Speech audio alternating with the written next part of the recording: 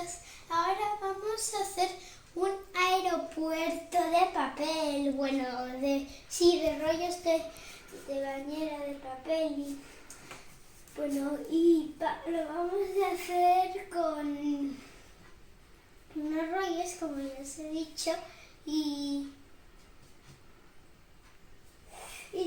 esta cartulina, pista, ¿no? Sí, cartulina. Y esta pista la pondremos para un avión que tengo y hará así y despegará. Y pondremos otra pista que será para mis super wings.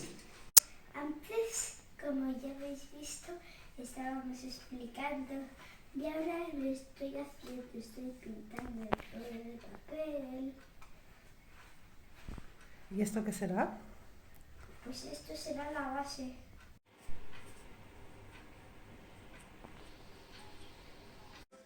¿Qué estás haciendo ahora? ¿Qué estás intentando hacer ahora? Estoy intentando hacer el color verde, así, ¿Con qué lo has hecho? con amarillo y con rojo, así. ¿Amarillo y rojo? ¡Ay, no! Amarillo y azul. Sí, así, pruébalo a ver. Bueno, vale, creo que sí, ¿eh? Jopetas. Como veis, ya hemos pegado un trozo, y lo hemos aguantado y lo hemos puesto todo y como veis ya está acabado. Y ahora mirad.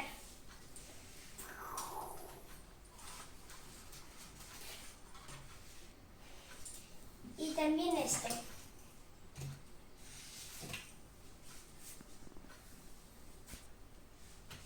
Porque es muy guay. Adiós.